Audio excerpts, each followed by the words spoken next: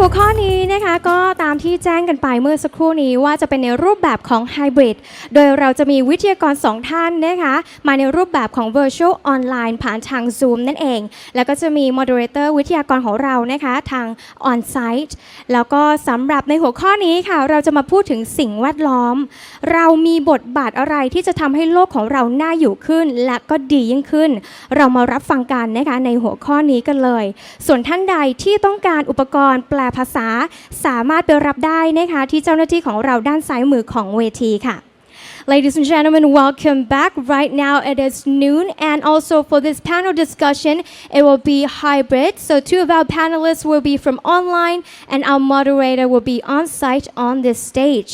And as for the topic that we'll be discussing on is building to net zero and the built environment. So ladies and gentlemen, without further ado, allow me to pass on the stage to our moderator. She is the Senior Vice President, Head of Group Strategic Communications and Branding of Frasers Property Limited. Ladies and gentlemen, Ms. Adeline Ong ขอเสียงปรบมือให้กับท่านด้วยค่ะขอบคุณค่ะ That's as best my Thai that can be today. It's a very warm welcome to all of you here. Must say it's a challenging hour. It's a lunch hour here right now, but I'm very delighted to be here to be able to share what our story is around the net zero carbon journey for us. I have with me today two of my very dear colleagues who are calling in from Australia. They're based in Sydney right now. I have got Paulo. Paulo, you can see the camera come on to show their faces. There we go. Hi, Paulo. Hi, Rory. So Paulo is the head of sustainability for us at the group. Where's my colleague on the left, Rory? Rory is one of our sustainability managers out of Australia, where he's going to be showcasing one of the properties where we're really driving that journey around net zero. But why we here really and talk about net zero, we and in Frasers Property really recognize that in real estate, about 40% of the global carbon emissions are actually contributed by the real estate by the built environment. So we do see that we do have to play a very important role in terms of how we can really look at reducing the carbon footprint and just looking at how we can do better for this society. So, we've been on this journey for a few years now, and really delighted to be able to share not only just about the purpose that we have is about inspiring experiences, creating places for good, but also in terms of in doing that, what does it mean to build towards zero? So with that, I'm going to get Paulo to start off with a quick presentation to share about that journey, and then after that I'll invite Rory to join us, and then we'll open the time for a Q&A after that. Okay? With that, thank you. Over to you, Paulo.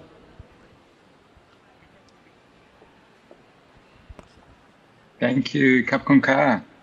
Similarly, that will be the best I can do. But want to make sure you can all see the screen before I get into it.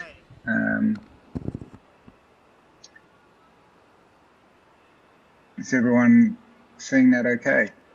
Yep. Okay.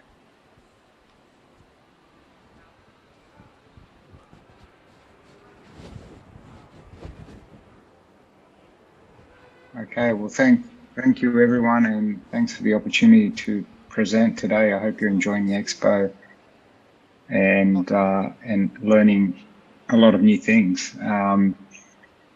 As Adeline said, I am leading the group from a sustainability perspective, and really wanted to talk to you today about some of the work we're doing in net zero carbon.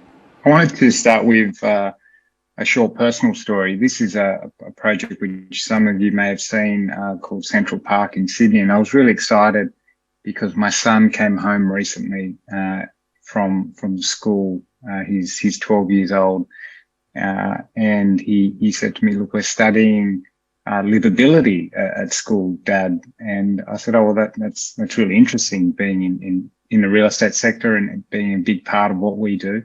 I said, "What are you learning about livability? What do you know? What does it mean to you?" He goes, "Well, it's all about being able to be in a place where you feel like you can be yourself, do the things you want to do, shop, play, maybe work and study, or whatever is relevant to you. And there's cafes nearby, and there's fun places to play and all of that." And I said, that's really interesting. And I said, well, how do you feel when you're in one of those places? He goes, oh, it just feels really good. I said, well, it's got to be better than good, right? And he goes, well, I just feel like if it's a really great place, I feel like I belong there. And it just really kind of hit a chord for me, that, the work we do in real estate is so important to really allowing people to be inspired, and it really aligns with our purpose, which is, inspiring experiences and creating places for good. And, this project, the reason why it has been so successful, it's won many awards internationally, around mixed use development, and sustainability. And it is because it was, it achieved some really ambitious outcomes, but it was very much about partnership as well. It was partnership with the community surrounding this location, partnership with the local authorities, and partnerships with great design and construction firms, with our customers, and really with all the key stakeholders. And one of the key themes I'll touch on a couple of times through my presentation is the importance of partnership in achieving net zero. But yeah, look, I just wanted to share that example because it was very exciting for me to hear that he came home and had been studying a project that Frasers Property had created over quite a long period of time. Frasers Property Limited is a Singapore-listed multinational company. We operate in over 20 countries, and our hospitality business has presence in over 70 cities. You can see some of the key markets we operate in, but obviously a large presence in Thailand, growing in Vietnam as well, businesses and properties in Germany, the Netherlands. A large business in Australia, operates across a number of sectors. Just to name a few, I won't go through the full list, but we have a multinational reach, and we really operate across 5 key asset classes, as you can see here on this slide, being retail. We do quite large scale down to the neighbourhood scale retail shopping centres, commercial and business parks, industrial and logistics facilities, residential and a range of different residential offerings, as well as hospitality. And we we sponsor 5 REITs that capture those asset classes in different ways and have total assets under management of 42.8 billion Sing dollars as of earlier this year. Increasingly, what's becoming more and more important is the relevance and the ability for developments that are mixed use to really create the kind of experiences that we want to create for our customers. And I just spoke to Central Park earlier as being one of those examples, but we're doing those mixed use large developments in a number of markets, as you can see here. In the One Bangkok project in Thailand is such an important project for us, and really is bringing together a lot of the best capability we have in the business into one project. We also delivered the park in Bangkok, which is not too far from where you all are today, and another really great project for us. And similarly, we're doing some large scale mixed use developments in Singapore and other parts of Australia. When it comes to sustainability, our sustainability framework really sets out the areas that we want to focus on, and it's under 3 main pillars, as you can see here. The first one is around acting progressively, and that really is thinking ahead, being ready, being future ready really, and thinking about the changes that will come. So acting progressively is about innovation and resilience and managing risks and responsible investment. Consuming responsibly is about the more traditional environmental factors when it comes to sustainability, things like energy and carbon, water, waste and materials. And the last pillar is about people. And it's a critical aspect. The environmental, a lot of the work in sustainability has had environmental focus, but increasingly focusing on some of the social aspects like health and well-being, diversity and community is increasing in prominence. Although we have that framework and that drives a lot of the work, or all the work we do when it comes to sustainability and environment, social and governance issues, we think it's important to focus on a few key areas at the moment. And these areas may change over time, but in 2020, we established 5 sustainability goals related to our framework that have been guiding the activities we've been doing. The first one is to be a net zero carbon corporation by 2050. And we really started by supporting all the business units to understand their carbon inventory, their carbon footprint, and do that in a way that then allows them to look at the opportunities to then reduce the carbon in their business. The second key goal is about being climate resilient and establishing adaptation and mitigation plans for the different parts of our businesses and the assets within them. We've chosen to use the Task Force for Climate-Related Financial Disclosure recommendations to help understand how best to integrate climate resilience and the factors that relate to that into our business processes, systems and capability, as well as having the right metrics and targets. The third goal is around green certification. We recognise that green certification is something that is different in all the markets and geographies we operate in. However, it is important to have that third-party external validation of the green claims we're making. And so we're committed to certifying 80% of the owned and managed, all the owned and managed properties by 2024. The fourth goal is around finance, and we firmly believe that finance plays a key role in helping drive sustainability in our business. And so we have committed to the majority of our finance being green and sustainable by 2024. And we're a fair way along that journey. So far, we've done about 8 billion dollars of green or sustainable loans and bonds, and that's now exceeds 45% of our total loan book. And the last key goal we established was around building capability and really training our staff. And we're pleased to say that 91% of our staff across the globe have now completed sustainability training, and quite a number, over 400 of our more senior leaders have completed more advanced training on specific issues.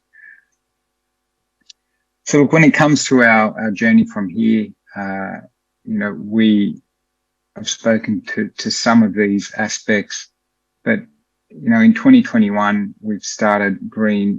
We'd already green certified a lot of our properties, but we started introducing that across our business, undertaking training. We have the carbon roadmaps now being completed for most businesses, and looking ahead, we already have a number of businesses committing to it being net zero carbon well in advance of our group goal of 2050.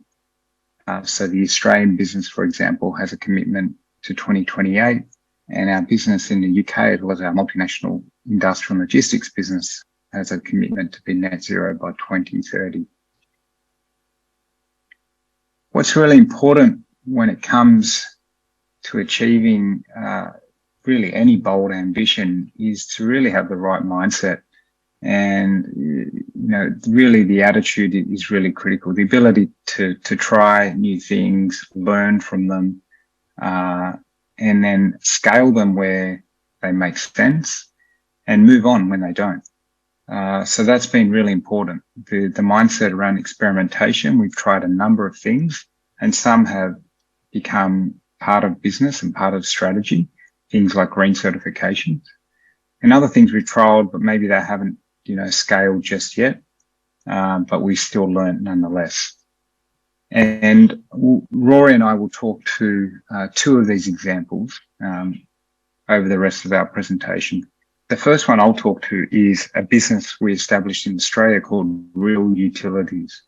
And Real Utilities is an authorised energy retailer that actually sits within our Frasers Property Australia business.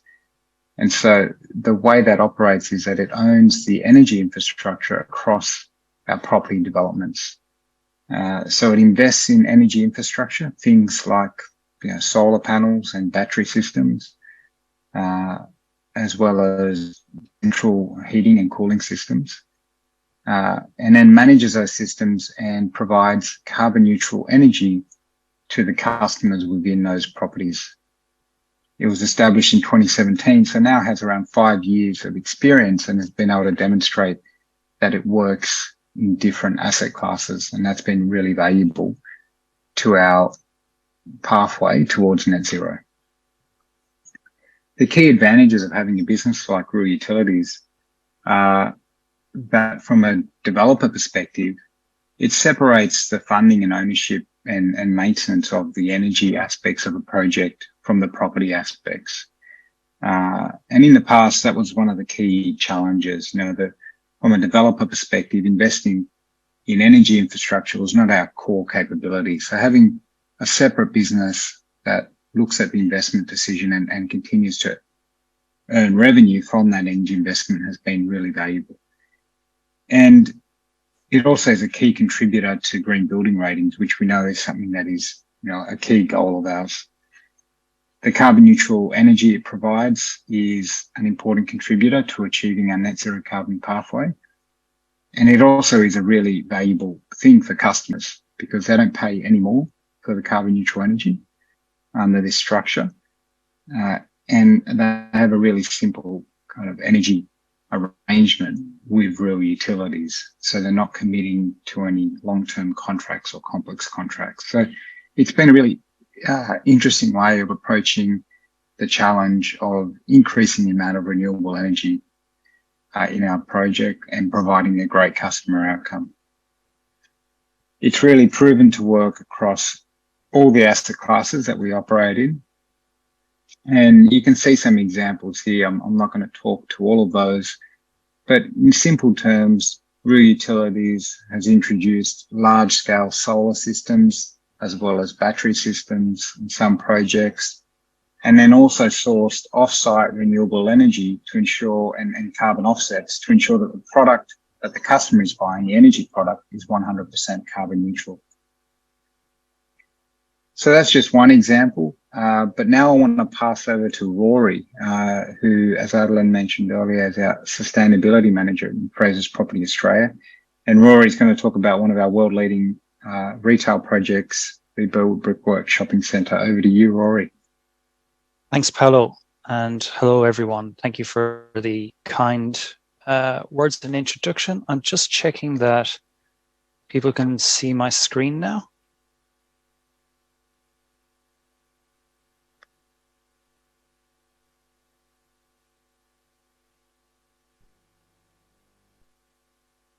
Bear with me a second.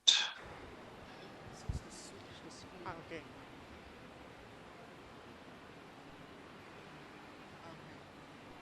To the other presenter, not this one, the other. I'll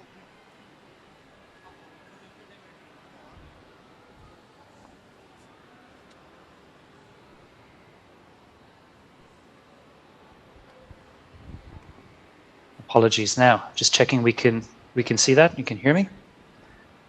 So Paolo has just given us a fantastic introduction of what it takes to set an organization up for success when it comes to sustainability.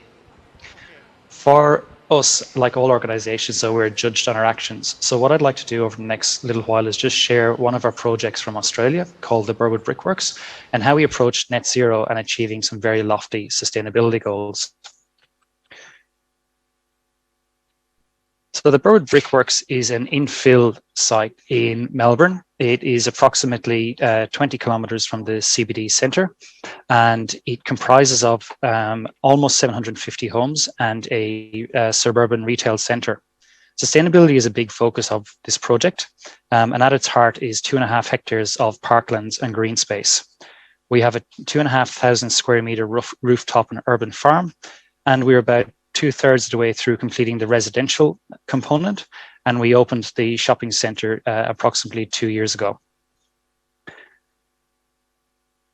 This project is targeting what is known as the Living Building Challenge. This is the world's most rigorous sustainability performance measure known to the built environment. It is administered by the International Living Future Institute, and there are just 24 buildings in the world that has met this lofty standard. The Burwood Brickworks is the first retail building globally to attempt to achieve this. And so far, we are partially there in achieving the outcome, and we are now in a 12-month monitoring period. And that's an important difference between other certification systems. The Living Building Challenge requires that you actually demonstrate the performance that you set out to achieve as part of the design process. So there are 7 petals within the Living Building Challenge, which encompass 20 imperatives. And the imperatives are effectively requirements that a building needs to achieve to be deemed a living building. This effectively is our most ambitious sustainability achievement for a building. Now, before I get into the petals themselves, I'd also like to share a story of why this work is so important. My wife's grandmother is almost 90 years of age, and one of her favorite things to do is go to the cinema with her friends. And I was over for dinner at her house one evening, and she started telling me about this new shopping centre that she had gone to see. And she pulled out this image. Now, so if you keep an eye out at the Expo, I think you might see it around as well. But she proceeded to start telling me about this shopping centre, where all the energy that it uses is generated on site, how it manages its own water system without needing to pull water from the district system, how there are really nice materials that make her feel nice when she's there, how there's a rooftop garden where the produce is grown and then used in the restaurant. And she didn't know that this was a job that I worked on, or that the company I worked for had delivered. And it, like Paolo, is a fascinating insight into the power that we have as designers, as a property company, to impact and shape people's lives for the better. And I think what was really important as well is that we didn't just think about how we would actually execute such an advanced building, but how we would connect it to somebody who's approaching 90 years of age, who just likes to go to the cinema, or a school group who want to learn about, growing vegetables or growing food in an urban environment. So I think it's equally important that when we set out to achieve these ambitious sustainability goals, we think about how we're actually going to tell the story and share the lessons and unlock the value for not just ourselves as property people, but for all the people who will live, play, and work in the spaces that we create. But if we look about getting into the nuts and bolts of it, and we start looking at the 7 petals, the first one is about place. So the Living Building Challenge requires that successful buildings address 4 key areas: limitations to growth, urban agriculture, habitat exchange, and human-powered living. So what this actually means in a practical sense is, for this building, we've over 5,000 square meters of urban agriculture. Now, some of that is being grown on the rooftop, as you can see in the image. On the rooftop, we have vegetables and we have plants that are producing. We also have quail, little birds that produce eggs that are used. And we've also got insect hotels, as we call them. And that helps pollinate the flowers and keep them healthy.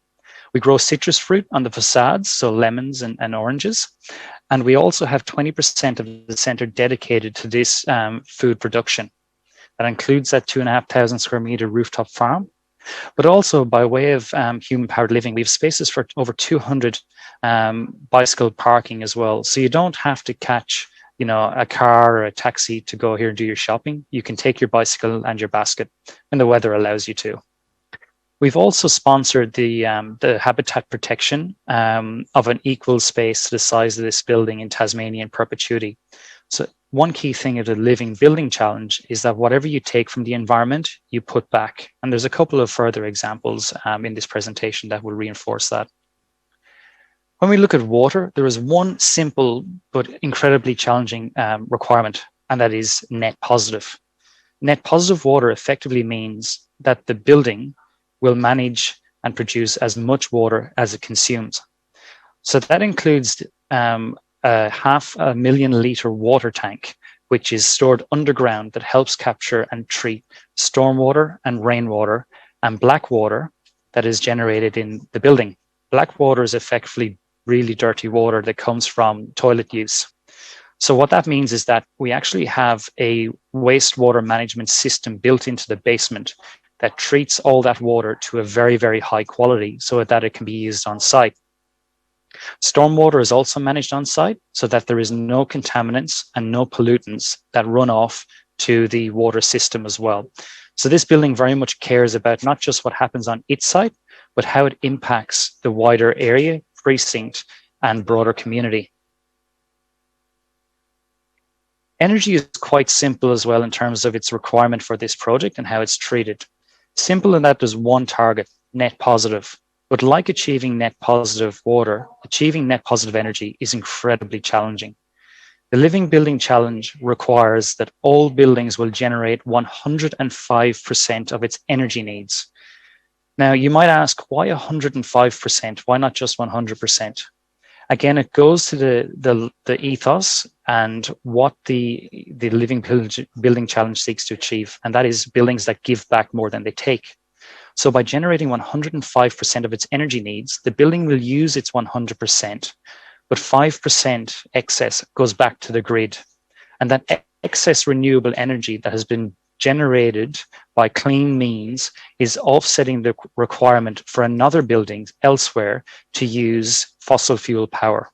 So again, this is embedded within the Living Building challenge that these buildings give more than they take. How are we doing this? We have a massive rooftop solar system, which you can see in this image on the pink panels on the roof. And that is a 1 megawatt system. So that is supported by real utilities as well, the organization that Paolo just outlined. And we also have a large battery on site that helps us manage those times when we need more energy than the rooftop might be generating. And that is a big, big contributor to how this building becomes net zero. Health and happiness in this center is very important. And the example I gave of my wife's 90-year-old grandmother is a great example of that. So the Living Building Challenge has required that the Burwood Brickworks connect occupants and users to the outside. That is done through louvered systems in the windows, so fresh air is supplied on a daily basis. There is access to outside views, so people get a feeling of what's the weather doing, what time is it. They feel connected to nature and the outdoors, which help then to make them feel good and improves their well-being. But also technically within the building, there's a lot of effort goes into identifying healthy materials that are used. So that is the elimination of anything that is potentially harmful to humans. So the elimination of what's known as VOCs and chemicals that once airborne can impact those with breathing conditions such as asthma. This is all validated through regular indoor air quality monitoring to ensure that the air quality remains at a certain level that is required. Materials for the Burwood Brickworks is one of my favorite aspects. So there was a big, big focus on recycled materials going into building this building. So no surprises from the name of the building that this site is actually situated on an old brickworks. Now that brickworks was in existence in Melbourne for decades. We're talking about going back to the 1930s, 1940s. In fact, bricks produced in the 1950s were used to help build buildings used in the Melbourne Olympics in 1956. So there is a rich heritage and history attached to this site. So the designers and the construction team actually sought out bricks that were built are created at this brickworks over the years that were used in buildings around Melbourne that had been demolished, and sourced those old bricks and brought them back to the brickworks to build a new retail centre. And each brick has its own story. So if you actually have the time to spend looking at the bricks in the wall, you see bricks that were created for special events and special milestones in Melbourne's history. So the building itself is a living acknowledgement of the history of the site and the history of Melbourne. I even managed to find one of the bricks that had the Olympic rings in it, so you can almost create your own treasure hunt with the wall.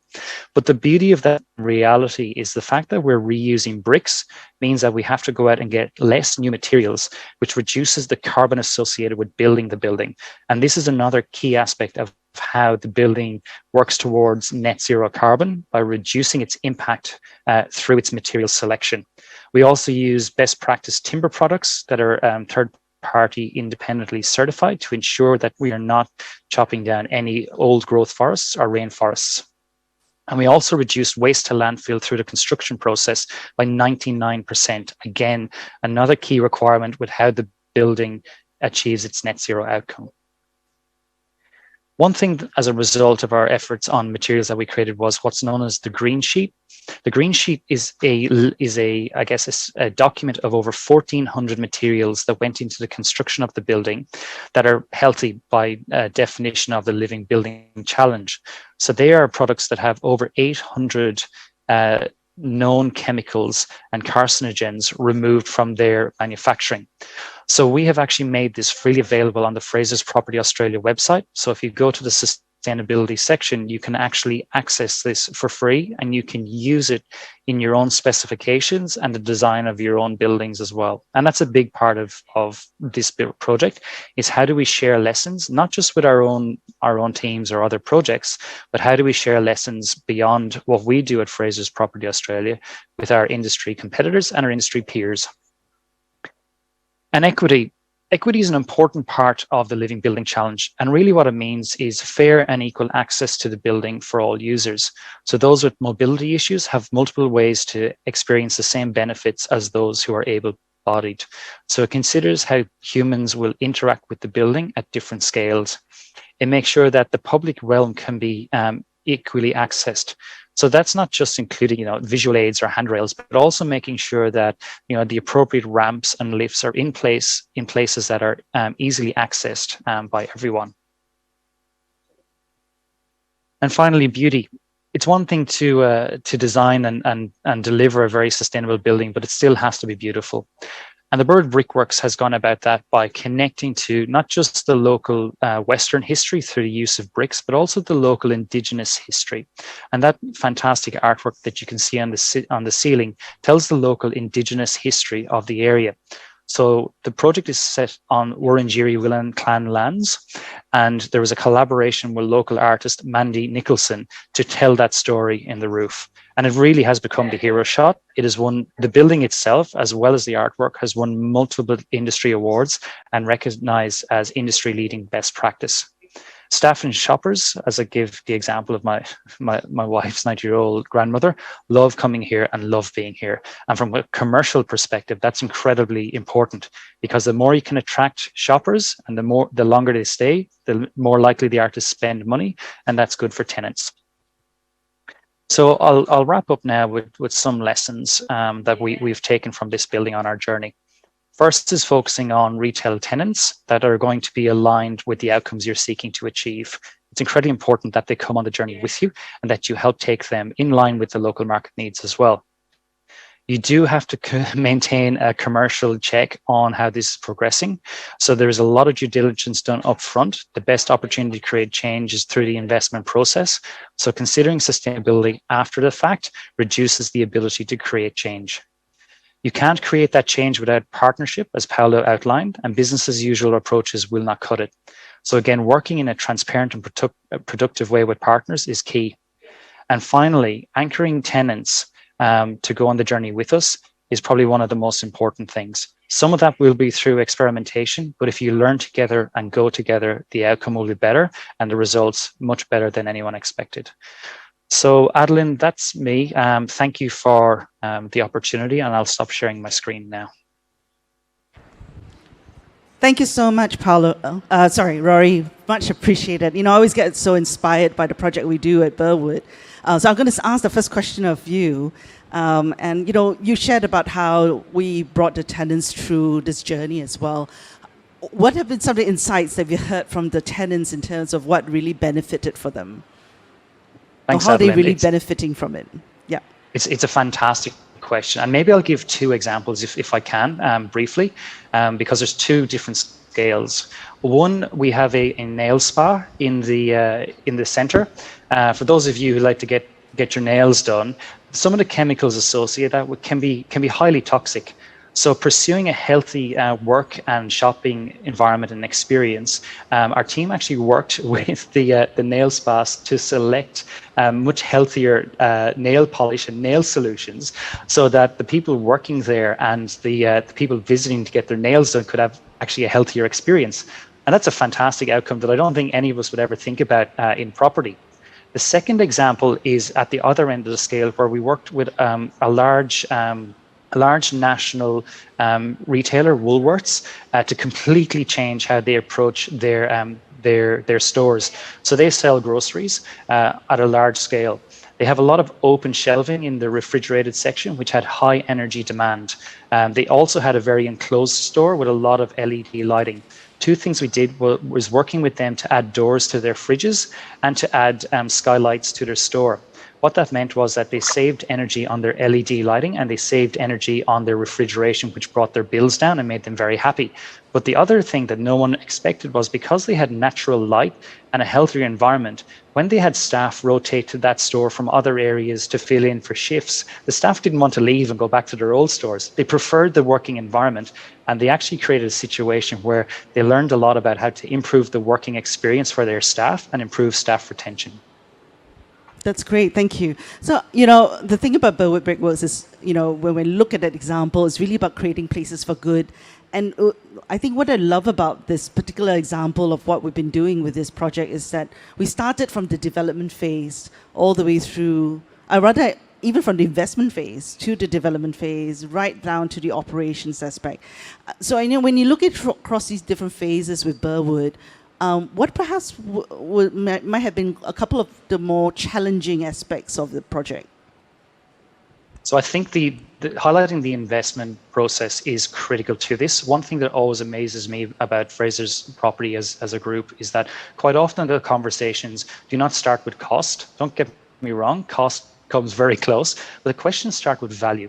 So if we can articulate and define the value that the investment process is trying to unlock, then we can resolve the cost issues. But it is an important challenge that we need to overcome. If we're to wear our sustainability hats and look at the key challenges with something like net zero, it's understanding how we can reduce carbon associated with building these buildings.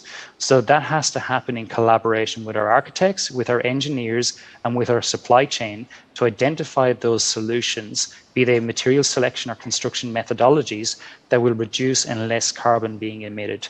That is definitely the challenge facing the built environment, in my view, today. Great, thanks for that, Rory. I'm going to now, get Paolo to wake up a little bit now. I'm going to go over to Paolo right now and ask him a question. So, Paolo, I was going to ask you, and maybe if we could show on screen both faces, I think that'll be easier as well. Paolo, if I could ask you, when I think about, again, just segueing from the Burwood Brickworks example, clearly for us to be able to bring this for organizational success with sustainability, we really need to think about how do we integrate it into our strategy as a whole, and just kind of making sure this also sits high on management agenda. So, being the lead for sustainability and working across all the different leaders so far, what do you think in terms of how we've progressed and how have we managed to embed that with our leaders as well? Yeah, it's a really important question, Adeline, and I think with something like this, which is really all about changing behaviours and changing the way we do business, you need to approach it from a few angles, but it really needs to start with having the leaders aligned on the vision, and that needs to come from the top. So, I'm really proud and pleased to say that our CEO, Completeness, is really committed to our purpose, as you mentioned, creating places for good, and good is really about profits, people, and planet. As Rory said, we do need to deliver financially to our shareholders, but we really need to do that in a way that delivers great outcomes for people and planet. So that top level of leadership from the CEO and the key executives is really important. The work I've done has really been guided, and the group has done with the support of a number of key experts within our business, such as Rory in Australia and others in Singapore. It's really been guided by a steering committee, which is also, again, represented by some key leaders, a head of strategy, a chief corporate officer, the chair of a number of our business units sits on that steering committee, and has really helped guide the work that's been done and the goals and help navigate and remove barriers to make progress within the business. And then there's a board. The board needs to be aware and understand their role in supporting the work. And pleasingly, again, we expanded the risk management committee of the board to be renamed to the Sustainability and Risk Management Committee. And that has been crucial in getting their support and guidance and oversight, but also just again embedding it in the governance processes and systems of the organisation. And then it comes down to all the many people that ultimately deliver the products and services that we provide as a business. And everyone wants to play a part in delivering greater outcomes and delivering on our purpose. We all know that. We've all seen the studies around how increasingly the workforce wants to be part of organisations that have a really strong purpose, but they also need the skills and capability to be able to do that. And sustainability is one of those areas that many didn't learn about as part of their studies or even in their career. And so having to train them and give them the right skills so they're empowered and know how to implement things within the work they do has been really important. And I spoke to some of the e-learning we've done, but also some of the more advanced learning we've done for relevant leaders in the business.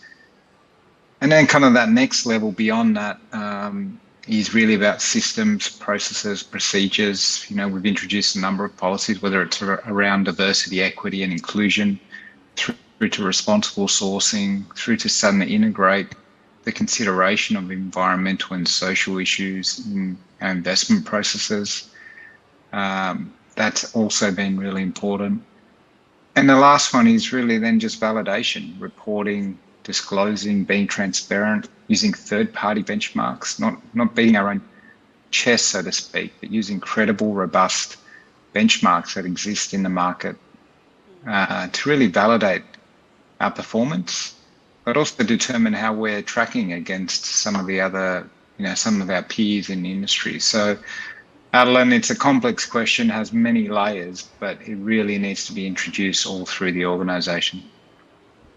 Yeah, I agree. It's a hard one, and quite frankly speaking, not many organizations necessarily have the leadership support in terms of how we look at embedding sustainability. So on that note, though, I just want to ask probably an often asked question I hear whenever I go attend sustainability events as well, which is, what are your views in terms of how businesses like ours can balance meeting performance targets in the short term while balancing the response to the challenges that we've got with sustainability on a long-term basis as well?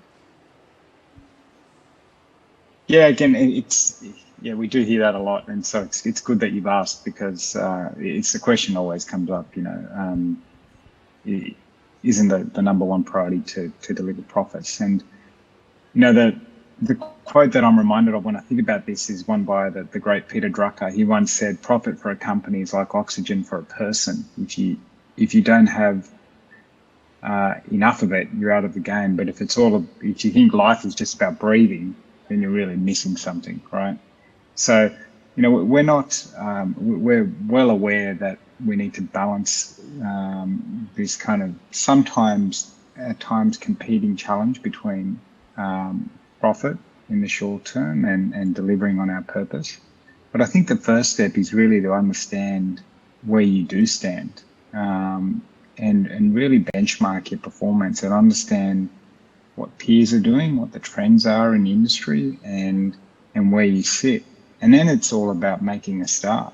I think in this work, perfection really is the enemy of progress, and there is always a place to start when it comes to the broad kind of definition that sits under environmental, social and governance. And so it's understanding, well, what are the most important things to your business? Is it about looking after employees and things like DEI? Is it that customers are really concerned about increasing energy prices, and so how can a response to some of the energy work we're doing actually help them in that regard?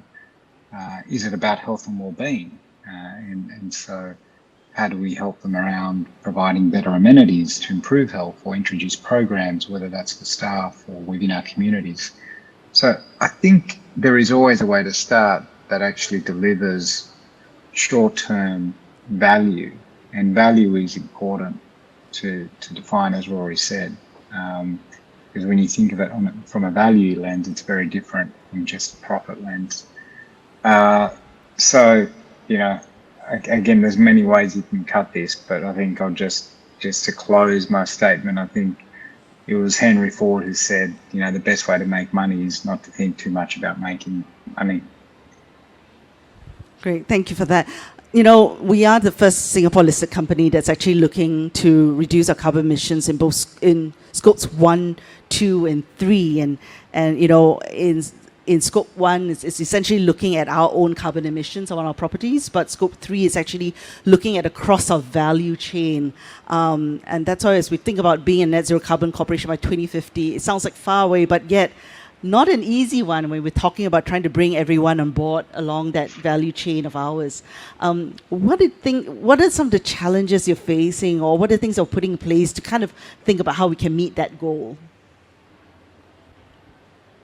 Look, I mean, it is a challenging goal, and I think what we need to be mindful of is that different businesses will move at a different pace, and that's partly due to the nature of the activities they undertake and the market they operate in, but also because of maybe the capabilities they have as a business and where they are in their own development. And so, you know, when you look across our business, I mentioned earlier, we have some of our business units that are committed to a 2028 net zero carbon target. Others, like the UK, are at 2030, and Frasers Property Industrial 2030, and then others really at this stage have only committed to 2050. But in all cases, they're going to use a science-based approach. And so that brings me to one of the challenges. One of the key challenges is around, you know, using definitions and frameworks that are robust and credible. And that's really important and consistent, you know, because if you asked 10 different, even sustainability practitioners to define net zero carbon, they'd probably give you 10 different answers. So I think using frameworks that are accepted, you know, at a large scale, being used by many organisations globally across different sectors is really important.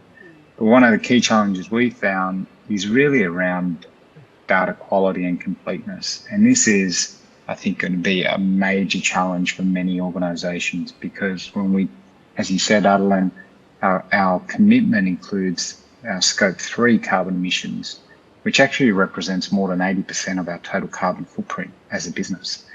And a lot of that is in elements which we have limited understanding of what the detailed carbon emissions are. Things like some of the materials we use, but also some of the emissions used by our customer, created when the customers use the products we create. So over the lifetime of an apartment, for example, there's a lot of energy use. We've sold that apartment, so often we need to try and estimate what the emissions will be. So the challenges, I think scope 3 and data is a key one. The other thing is just when you look at some of the actual solutions are going to be challenging. You know, upfront or embodied carbon, you know, the carbon that is associated with the materials that are used to create buildings has some real challenges. You know, cement and steel, if they were countries, that would be the 4th and 5th largest emitters in the world. They contribute to 15% of global emissions, and as a property developer, we use a lot of cement and steel, and there aren't very well established decarbonisation solutions for those products just yet. So I think that's going to be a challenge, some of the solution side of it. We have many solutions, but we don't have all of them. And so where I kind of wrap up in that kind of theme is, as a challenge and an opportunity, is the importance of partnering. And, you know, this is a quote that actually Rory says a lot. It didn't come from Rory, but he says it a lot. He says, if you want to go quickly, go alone. If you want to go far, go together. I think partnering is actually essential. I mean, it is one of the UN Sustainable Development Goals, and it really acknowledges that we can't change some of these things on our own.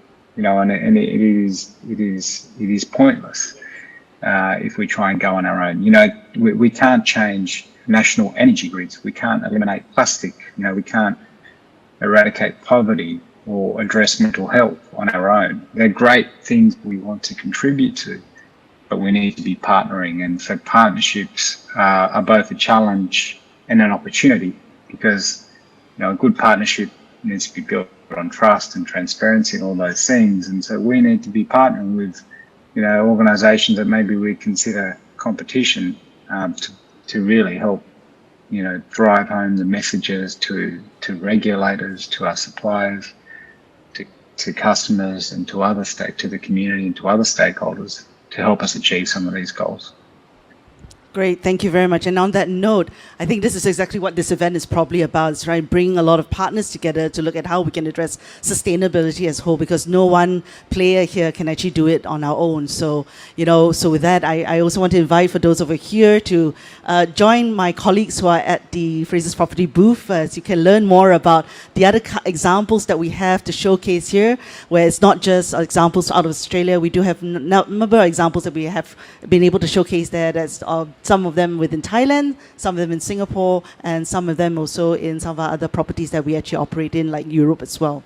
So with that, thank you very much for being with us at this lunch hour today. And thank you, Paolo, as well as Rory, for joining us remotely. Next time around, I'll meet you in Bangkok for some good Thai food. Thank you. Bye-bye. Thanks, Madeline. And thanks, everyone. Bye-bye. Thanks, everyone. ค่ะขอเสียงปรบมือให้กับผู้ทรงคุณวุฒิทั้ง 3 ท่านด้วยนะคะ Thank you very much, Your Excellencies